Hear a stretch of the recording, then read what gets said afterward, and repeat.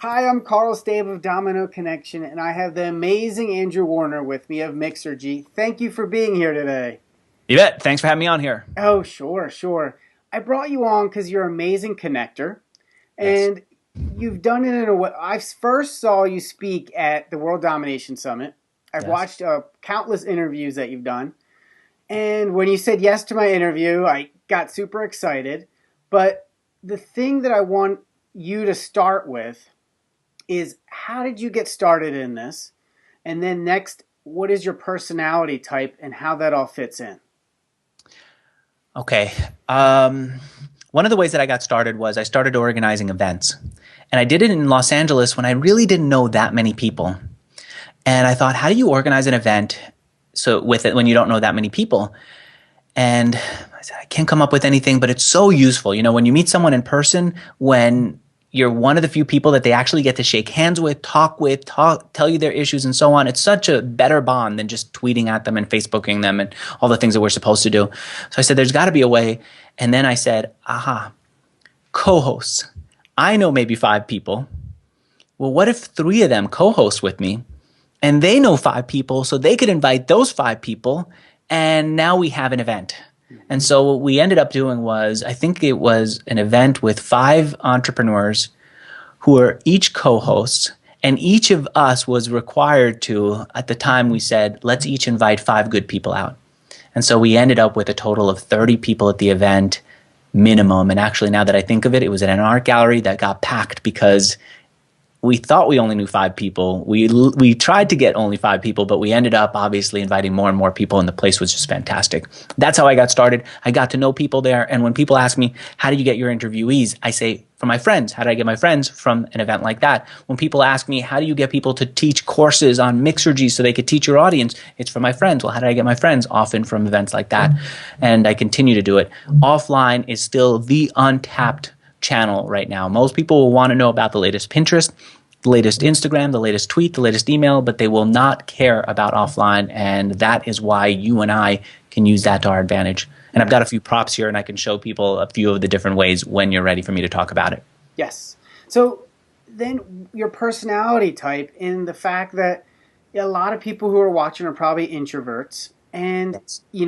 what are you, introvert, extrovert, and how do you play that into your connection I used to process? be so shy that it hurt me. Like for my teenage years, I couldn't talk to girls, but I also couldn't even talk to guys. I had nothing to say. I couldn't relate to people unless there was a specific thing that we were talking about. If we were talking about last night's homework, I could talk about it. If I was trying to tell you about my company, I could talk about it because I had a clear path.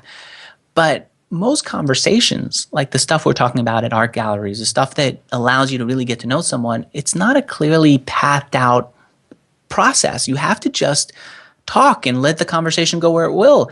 And there I was completely insecure, completely unsure of what to do, and I had to figure it out. And the thing is, once I figured it out, I loved it. I love doing it so much now that I will talk to strangers in elevators. I love doing it so much now that I will talk to you on Skype. I love doing it so much that, that's where a lot of my friends come from. That's where a lot of my best relationships come from. Yeah. And how did you get there? I mean, from that shyness to being able to reach out and you've interviewed some of the most famous online people out there, and the founder of Wikipedia. Everybody's been on a Wikipedia site. And I'm just amazed by your ability to connect with them and bring them on your show. How did you get from that to where you are now? Speaking specifically about Jimmy Wales, I met him through a friend who I met at one of my events. So when I say that the friendships ended up leading to interviews, it's that way. And what I had to do was understand psychology, process, and my own personal confidence. I'll start with process because that's what most people care about first. And then once they have the process, they go, oh, I can't do it because I'm afraid, or. So for me, a process is if I go to a networking event, I don't often know what to say, but I don't want to be stuck in the moment trying to come up with something to say. And so what I've learned is the first thing that I want to say is something related to the event. How did you find out about the event is one of my usual go-tos. If I'm at a party, like I was at I think it was it was a party for a friend's daughter on Sunday. I ask, how do you know the hosts? If it's around here in the office and I might meet someone for the first time who's coming in for a meeting with someone else, I immediately, if it's early in the week, I say, what'd you do this past weekend? Because I want to get to know what they do socially. If it's coming up on the weekend, like today is Thursday, today and tomorrow, I might ask someone, hey, what do you have going on Saturday? What are you doing this weekend? That lets me into their world. So I have this process that I've thought about for a long time. I even have a process for if we're in a conversation, how do I get past what do you do for work, which is really a boring question that never leads to bonding, rarely. And there what I do is I take people through what I call the reverse biography. I'm hesitating because I said, wait, I'm talking about this out loud, but sure, people will see it and I think they'll still love that I do it. Reverse biography starts off with, where are you today? You know how a biography works actually? It starts off with the subject of the biography was a baby, and then his parents were afraid of germs, and so he became a little bit of a germaphobe later on. But in high school, he was an athlete, and this germophobia thing was hidden. And then after that, he started a small company, and he wasn't sure what to do. And then, it goes in chronological order. Mm-hmm. A reverse biography goes backwards. It starts with, how do you find out about the hosts? What were you doing this past weekend? Oh yeah, where are you from? What's it like in this city? If you're from New York, is New York really as aggressive as people say? And then I go backwards. Where'd you go to school? And I work my way back towards getting to know you personally. And I keep looking for you to give me an opening as I go in this reverse biography, where you say something that's personal but not directly related to my question. So if I say something like, well, where'd you go to school? And you say, I went to school in Brooklyn, but man, that was a really rough city to grow up in. And then you move on to something else. Well, now I'm living in San Francisco. I might pick up on it and say, what do you mean rough? What happened to you? Because that's not directly related to what I asked. You're clearly sending me a message. And if I say that, then you'll tell me about something bad that happened and we can bond on this thing that you want me to talk about. So that's the process. I can give this all day long to people, but if they're shy, they're going to have a real hard time with it.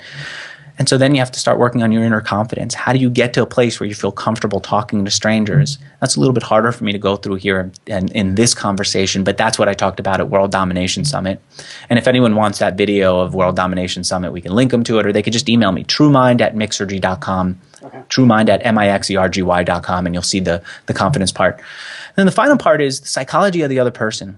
I used to think that people were these crazy, they're so irrational that how could I ever interact with them, right? They say they want to lose weight and then they eat unhealthy food. They say that they want to talk about business, but then they start talking about personal stuff. Like all this, like where's the logic of it? I picked up a book called How to Win Friends and Influence People. And Dale Carnegie, right? Dale Carnegie. Yeah, brilliant. It was so powerful. I went to work at Dale Carnegie in Manhattan, like the main location. I said, I want to work there. And one of the things that it taught me was people are not guided by rational decisions, unlike the way that economists want us to believe we are, where we make very rational decisions. We make irrational decisions because we're guided by our ego, our need and our sense of needing to be great.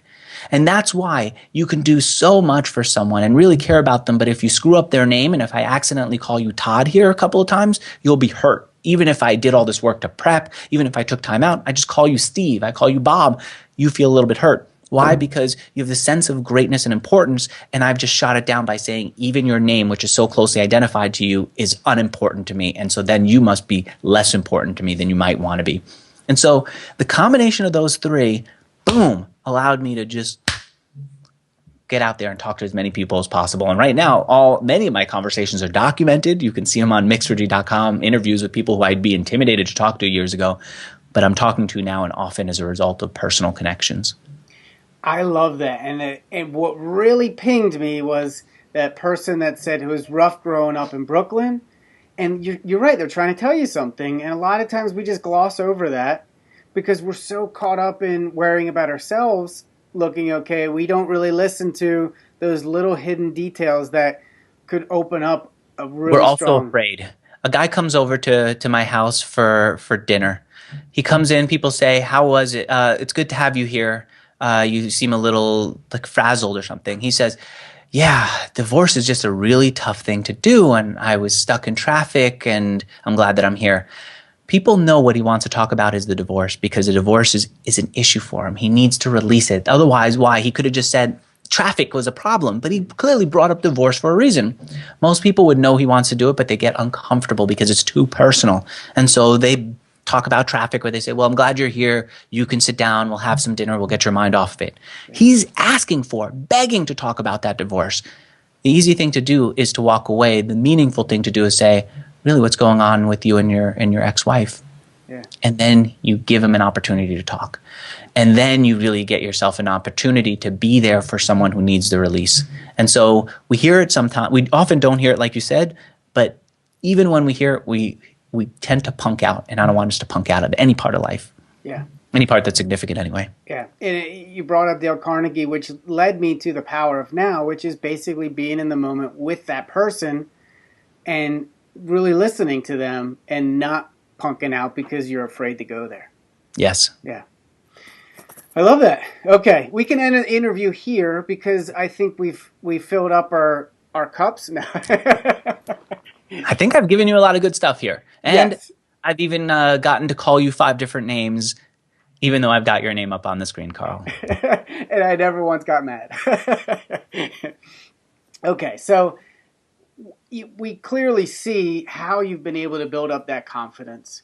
So, what is it that you now able to rely on those people, and how do you say, hey, do you know so-and-so, or hey, do you know somebody? How do you start building up? I like to call it the domino effect of like tip, tip, tip. How do you do that? How do you get started? One thing that I do is to not look directly for a result. It's so tough not to. I sometimes think I should only get together with people who will somehow benefit me, because otherwise, what am I doing? Just playing around here? I don't have time to play around. If I'm just looking to hang out, then I could do it with 2 or 3 friends, but I don't need to keep going out to meet people just to hang out. I'm an adult. What do I do? And I realized there was this time when I was living in Washington, D.C., and I came home from an event, and Olivia said, how was it? I said, well, it was great. And she goes, you bought people drinks again. You always do that, right? And I said, yeah, I did. Here's the bill. And the bill was pretty expensive. It was like for a small group of people, a few drinks. It ended up being, and some food. I love to have snacks out there. It was like $120, maybe $140 after tip, somewhere around there. And I thought, maybe I'm making a mistake here because I'm in business. What am I doing? But then later on, I looked at my email and I saw that one of the people who was there bought a membership to Mixergy Premium, paid $200, really dwarfed the size of the tab that I paid. And what I realized is, if I would have said, "Come to dinner, and if you buy my membership, then I'll take you out to dinner," it wouldn't have worked. It would have been a little bit too sleazy or a little bit too direct. If I would have said, "Now that I bought your drinks, will you go back and buy premium?" Or if I would have emailed him and said, "Buy premium, you get, now that you know how good I am, you should know that I have 1,000 interviews with entrepreneurs and all these courses with people. Just go to Mixergy Premium and buy it." He would have said, "That's a little bit too much. I never want to have drinks with him again," because he's always going to have an ulterior motive. But because I was really there with him and got together with him, something good came out of it. And sometimes it's measurable like that, where I can put really dollars and cents comparison, my tab that night versus his membership. But often it takes a lot longer and it's not nearly as direct. But it's there. It's there. Yeah.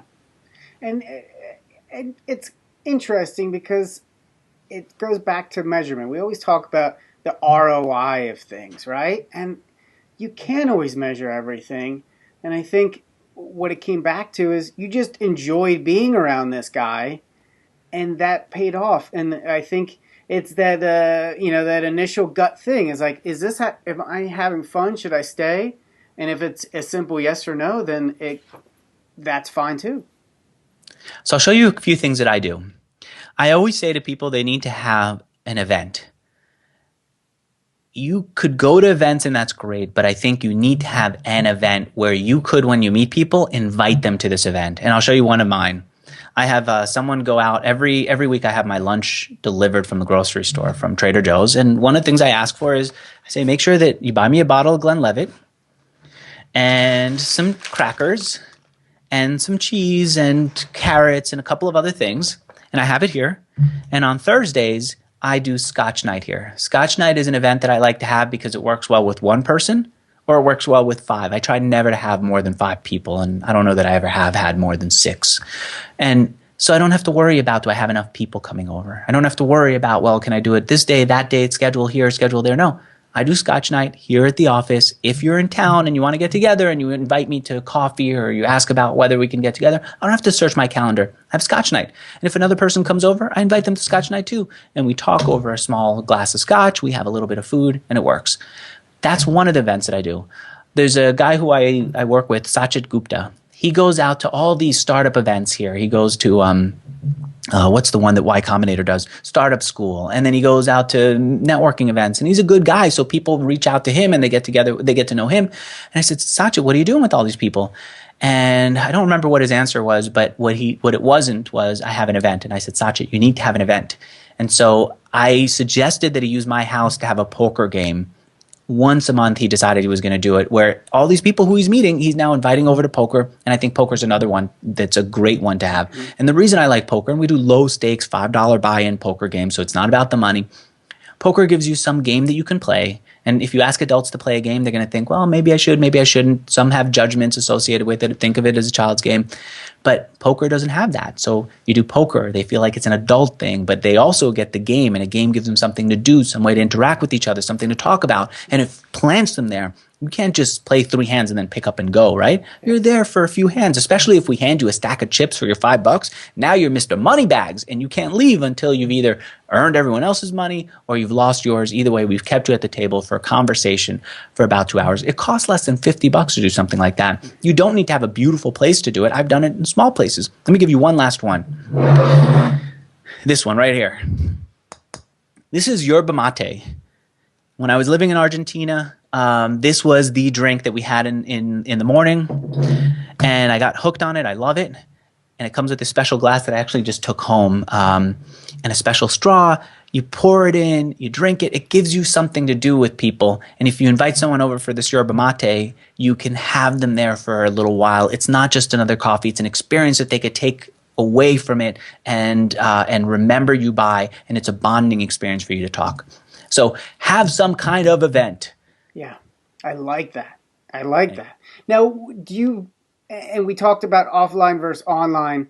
Do you say, okay, let's do it offline because it's in person, but how about online? Let's say you're a little remote. Do you ever do stuff like that where it's like an online event? You know what? To be honest, I haven't done many of them.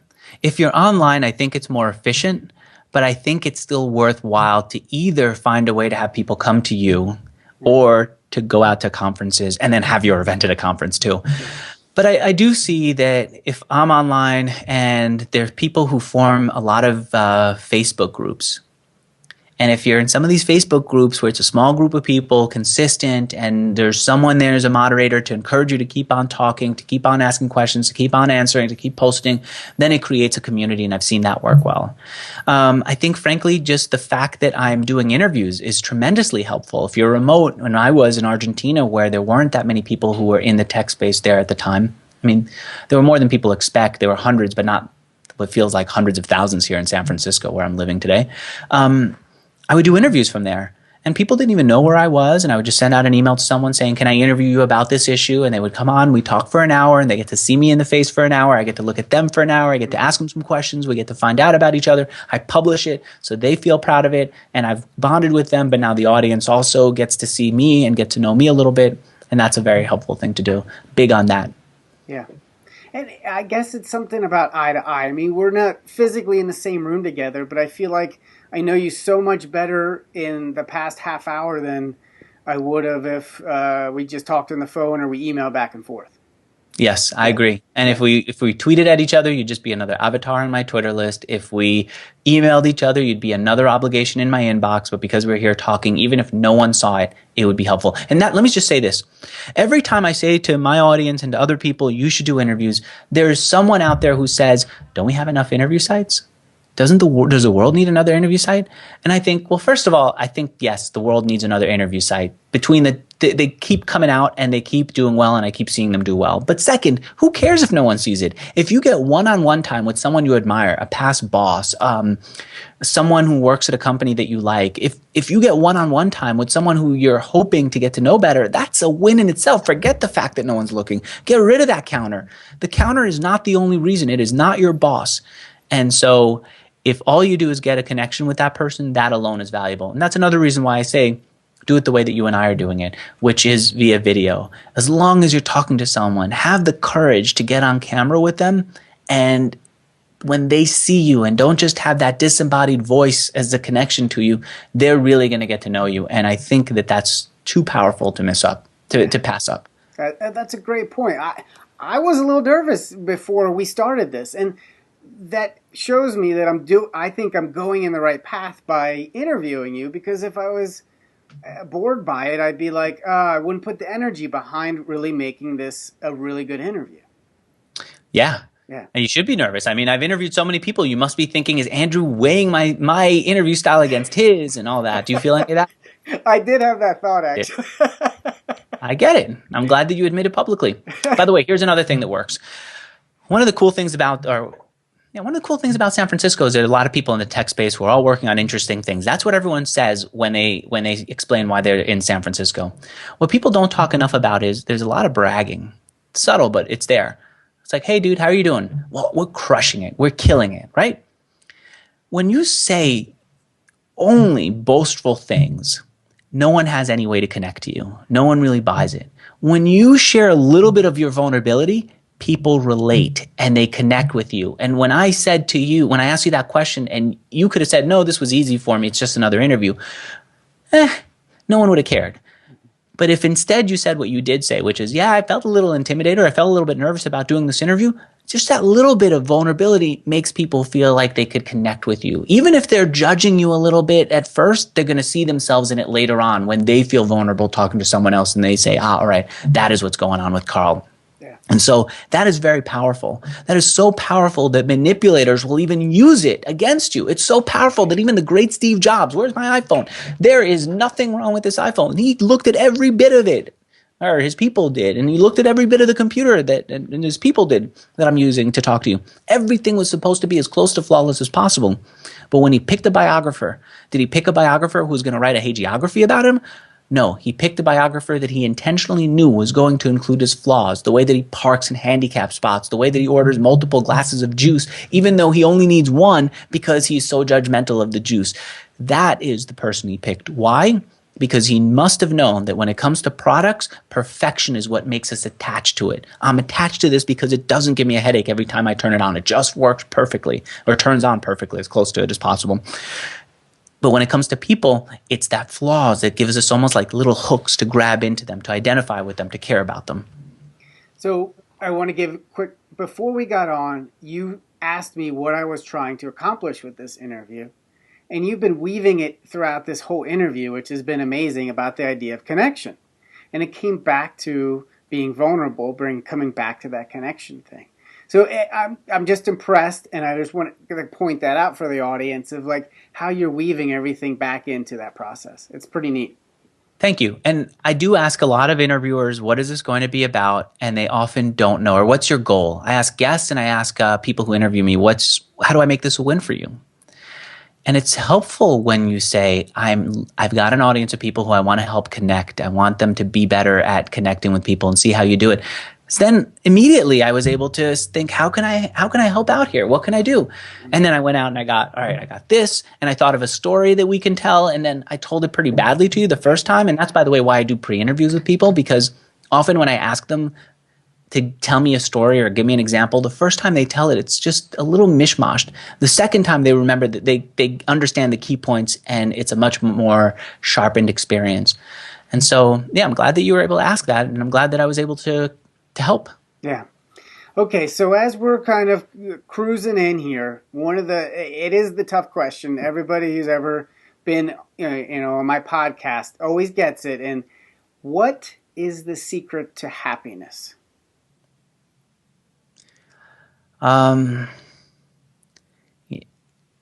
Remember how I told you that there was all these girls that I wanted to talk to and friends that I wanted to talk to?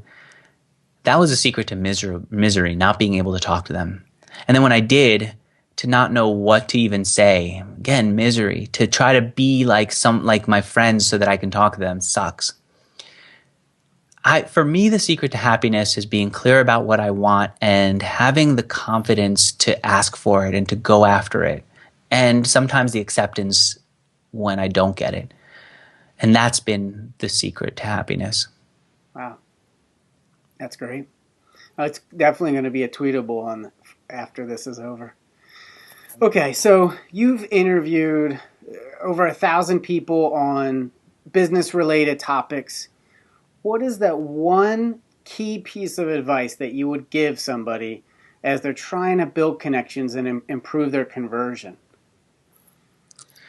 You know, one of the things that Dale Carnegie opened up for me was the other person's operating system. They are all based on ego. When I was walking into a conversation saying, how do I make this into a useful conversation? I was a tool. It wasn't working. When I understood, he has an ego. He has a sense of greatness. He has something he's looking for. And if I could give him that in the conversation by remembering his name, by taking an interest in his past and going through the reverse biography with him, if I can do that, then he starts to care about me and I get what I want. I think it's the same thing for business, and that's one of the big lessons that I heard in interviews. I used to think great business ideas only came from a genius who sat in his room aware of what was going on around him online and evaluating other products and then saying, I found a new way to do it, or I found a new thing to do. What I'm discovering is that more often business comes from people, the great ones come from people saying, what are problems that people have that they're so frustrated with that if I can just solve a little bit of it, then they'll want to pay me for it or they'll want to be a part of my world. What's that one little problem, you know? Yeah. And if you can do that, then you get the business that you want. And I've interviewed entrepreneurs who will, instead of starting their business with even a landing page, will start their business with phone calls to potential customers. Instead of even, everyone will tell you create a landing page first and get people in. Great advice. But I've interviewed people who say, go to message boards before you create anything of your own. Go to message boards and see what people are complaining about. What's frustrating them? If you're going to create a site for that's going to increase people's conversions, maybe go to message boards and see what people say about the existing sites and what they complain about. Are they too bulky? Then you might want to call them and say, can we make it, if I made it smaller, would you want to buy it? Are they saying that there's another issue? What's that problem? And frankly, remember the guy who I told you earlier on? He comes over for dinner and the first thing he says is, divorce is hard. Mm-hmm. If you just listen to him, he gets a relief and he feels happier and then he associates that happiness with you. If you can just have the confidence to draw him out. It turns out the same thing happens with people who you meet online. If they have this problem that they're talking about publicly, if you just listen to them and hear them out, they feel like someone at least cares. They may not be able to solve the problem, but they at least care. I'll give you a great example of someone who did it. Wade Foster, I think. Wade, I'm sorry if I got your last name wrong. Wade sees that I'm complaining or asking for a solution to a problem that I have. And I went to Stack Exchange and I asked that question, and then I asked the same question somewhere else. My question was, how do I get data out of PayPal into software like HighRise that's a CRM? And so he calls me up and he says, I see your problem. What if I can build this for you, a tool that will take your data out of PayPal and automatically take all the contact information and put it into CRM so you know everyone's contact information? By the time he called, I said, thank you, but I solved it. But can I tell you why I had this problem and how I'm having a similar problem? He said, yes. And I started talking to him. He said, I can't solve that for you, but let me think about it. And I felt, all right, I post stuff online. Someone actually cares. Sometimes, you don't even get a response. He calls me up. I think he called me up about a week later. At some point in the future, I think he called me back up and said, I think we have a solution. And he showed me the buggiest solution out there. But it worked. It did what I needed. I was willing to deal with bugs. I think even before he did that, I said, if you build this for me, this thing that connects two pieces of software together, maybe not PayPal to CRM, I don't need that anymore, but two pieces of software together, I'll pay you. He said, how much would you pay? I said, well, I was thinking of going online and paying someone who I find on Odesk $1,000 for it. What if I give you 100? He goes, yeah. So I PayPal'd him $100. He built that solution for me. I was his first customer. The company is called Zapier. They connect software together, all because he saw that I had this pain and I talked about it online, and he followed up with me and he heard me out. Even when he couldn't solve it, I felt heard, and I still liked him, and I still was willing to take his call and answer his emails, and I was willing to pay for a potential solution. And even though the solution was buggy, I paid for it. Yeah. That's Zapier? Zapier. Wow, that's cool. That started that. On Zapier was I needed to create using Wufoo, I needed to create a survey, and one of the things I wanted in the survey was to say, as long as you're giving me your email address, if you check this box, I will add you to my mailing list. Yeah. And they could do that. They did that for me for $100. Nice. That's great. Oh, this was amazing. To do that. I don't want to make it a commercial for Zapier, but I'm saying that is the model that I love. See someone's problems, talk to them about it, give them that relief, and then if you can solve it even a little bit, they'll be willing to put up with the flaws because they have this big pain point. Yeah. I mean, that's how I build up a lot of my clients, is just reaching out like that. And that's the key. I mean, you don't know, and the part of it is at least you're trying. At least you're putting yourself out there. And then if you notice you keep getting rejections, it's time to tweak a little bit, but then you have something to measure, and then you can possibly shift it in a different direction. That's more helpful. Mm-hmm. Yeah. That's what we've been seeing. Okay. All right. So this has been fantastic. I think, the notes that people will be taking on this will be numerous. And so if they're going to find you, mixergy.com, anything else that you want to? Let me share with people how I feel at the end of this interview so that they understand the person who they're listening to. It's not just me, it's everyone else. At the end of an interview, I either feel like, oh, I didn't do so well. I can't believe I jumbled it up. Or at the end of this interview, I'm feeling great. Like, I feel I did well here. I got you stories, I got you tactics, I got you ideas, and so on. Either way, I'm feeling like either way, you should contact me. And I don't want necessarily more emails, but I think I will take these emails, and I think anyone in my position would. Because if I'm feeling a little insecure about it and you send me an email saying, Andrew, I like this one part of it, you pick me up and you make me feel less bad about it. If I'm feeling great about it and you send me an email saying, Andrew, I really like this piece about what you in your interview, I go, yes, someone saw this interview where I rocked it. And so I say to my audience all the time, if you watch an interview, send an email to the person saying something, saying thank you, saying something.